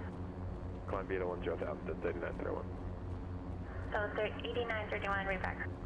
But even those of us that do this every day and fly online,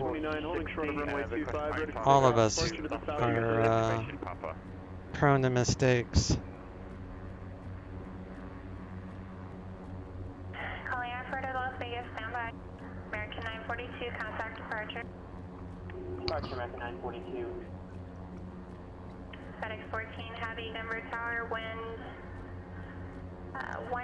40 at 8, gust 17, runway 17 right, clear to land. Runway 17 right, clear to land for deck 14.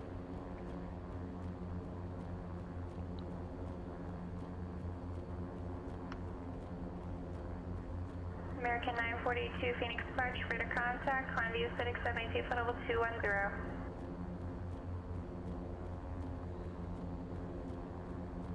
El Paso Tower, this is Beach, November 734, Yankee, ready for takeoff, runway 26 left, north departure, please.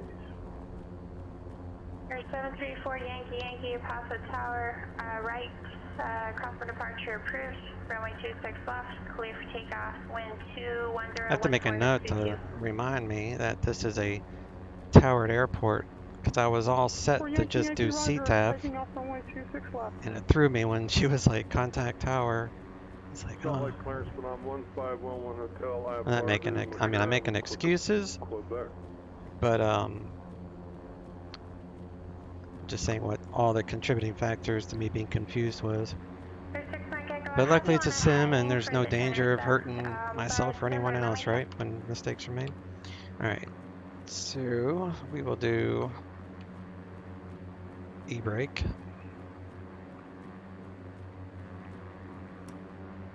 Farmington Tower, O-State 29, holding short of runway 25, ready for takeoff, departure to the southwest today. Southeast, excuse me. Window the fog off, and let's see here. Turn those off.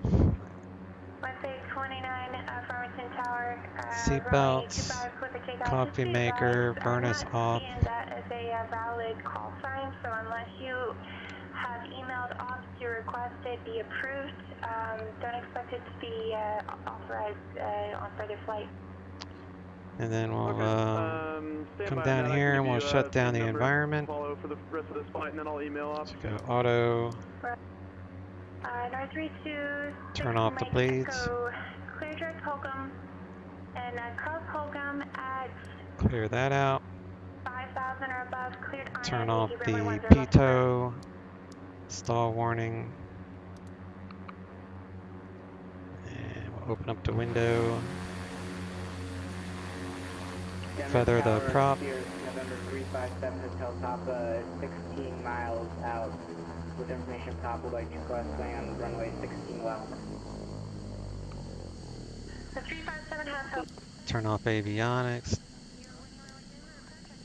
Turn off EFIS. Disconnected. Disconnect. Windows. Do fuel cutoff.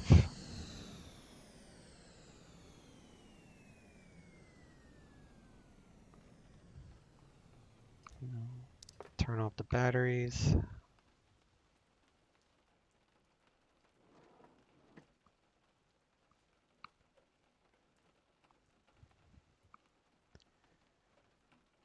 All right.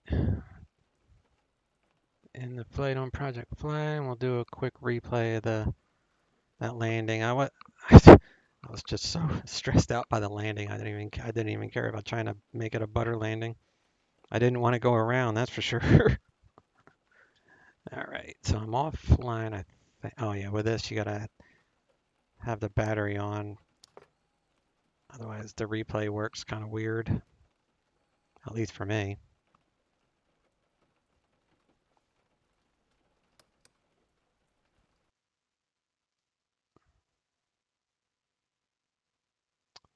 Um,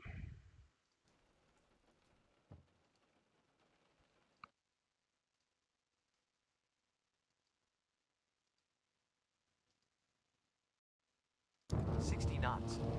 See how scary it looks from passenger view. 500 feet to minimums.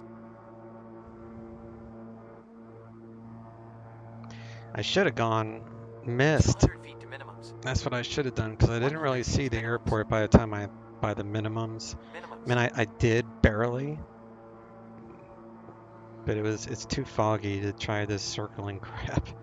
I should have just gone missed and figured out to go somewhere else, but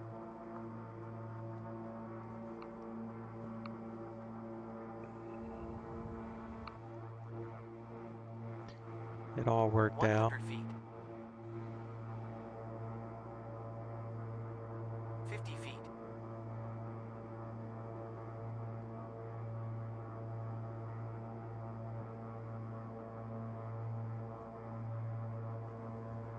Props full. I guess it wasn't a horrible landing.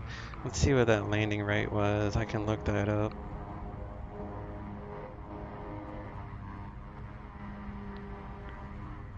Knots. The landing rate was only 136, negative 136. It just looked worse than it was, I reckon. 60 knots. Do a tower 500 view. feet to minimums. 200 feet to 100 feet to minimums. Minimums.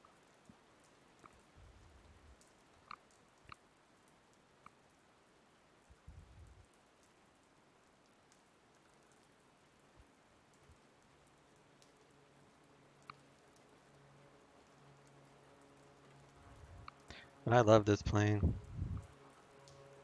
100 feet. 50 feet. I remembered all my checklists except for my landing lights. I did everything but the landing lights. Props full.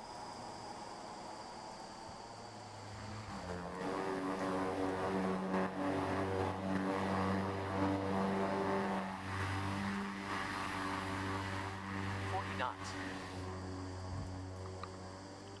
It's all good, we made it. So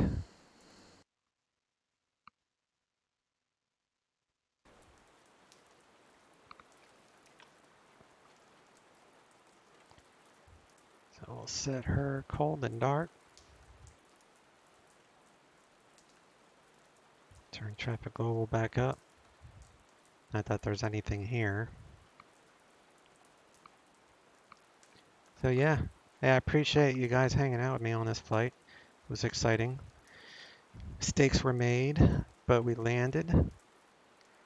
And I admit I probably should have flew the missed approach procedure because it was iffy. I mean, I saw, all you have to see is the lighting of the runway at minimums, which I did, but I wanted to see it at 1,000. So, but in a sim, you know, you do things like, I would imagine if this was real life and I had a first officer with me and we didn't really feel comfortable, we just wouldn't have done it, you know. But in the sim, you can do stuff that, because there's no danger. The worst thing I did was I didn't follow the instruction properly. I went for a left downwind on 22 instead of a right downwind. And the confusion was she said circle to the northwest of the field, I think she said. So looking at the chart earlier, I had it in my brain to do a left downwind traffic. She wanted me to do a right downwind traffic. So I had already thought in my head what I was going to do. So I just went with my first thought. So that's why it happened. It shouldn't happen. Like, because if she had someone in a pattern over here and I went the wrong way, that could have been, you know, a bad day for a lot of people. But that's where you practice in the sim. And if you guys are going to be, you know, professional pilots, which I'm certainly not, this is just for fun and help keep me occupied. You know, this is a great tool to learn and practice stuff that you don't normally practice that much. So for this, the miss procedure, climb to 600, then left turn to 2300, direct to the OT LOM and hold, continue climb and hold to 2300. So when I got to 600, circle 680, which was 663 above ground. When I got to 680, I did see the runway. So realistically, I was fine, but I also climbed into the cloud, so that made it even worse. So the smart thing that would have been to do the missed approach. So at 600 feet, I should have just climbed to 600 feet, then made a left turn to 2300 feet, direct to the Empire and hold in pattern, which would have been left turns, and just hold there until further instruction. That would have been the safest thing to do. So I know what I should have done, and I'm just going to make better notes that if I need to circle, it's probably going to be a right downwind. So that way I'll be more prepared next time. And I'll also need to make a decision to either go around and, because I didn't really brief the missed approach all that well. So that was the other thing that was stressing me out. I wasn't sure what the approach was. So just things to think about. It's fun. If you're not having fun, then you shouldn't be doing it. All right, y'all. I'll catch you next time. You'll have a good afternoon. Chase out.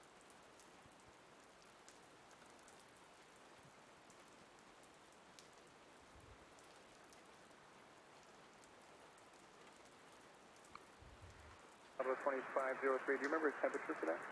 I do not, sorry. That was 2503, no problem.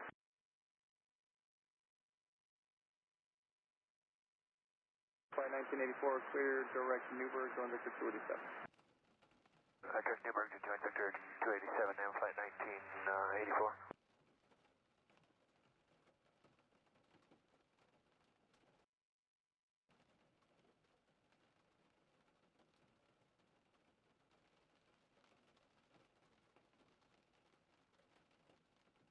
The 4183, forward approach, expect ILS only 2 left approach, and what's the outside air temperature there? Yeah, look down fly far this time. Thank you, sir. For 3 Yankee, Roger, squawk VFR, IFR cancellations received. Good day. For departure Delta 1761, 2.4 for 7,000. Delta 1761, Portland departure, radar contact, climb and maintain 15,000. 15,000, Delta 1761.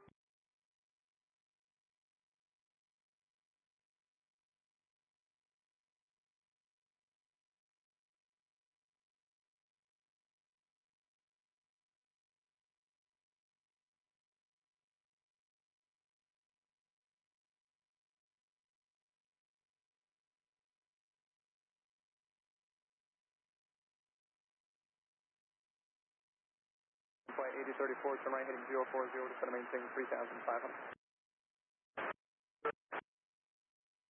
8034. Lava, Delta 1761.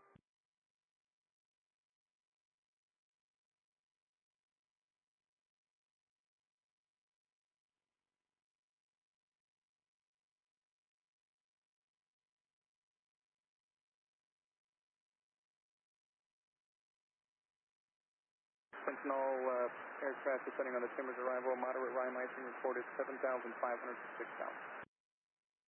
And flight 8034, turn right heading 110, intercept the RNAV 13 right. Hotel 110, join the, intercept the RNAV 13 right, and flight 8034. And flight 8034, 3 miles from Suvi, maintain 3,500 full established final approach course speed, RNAV runway 13 right approach.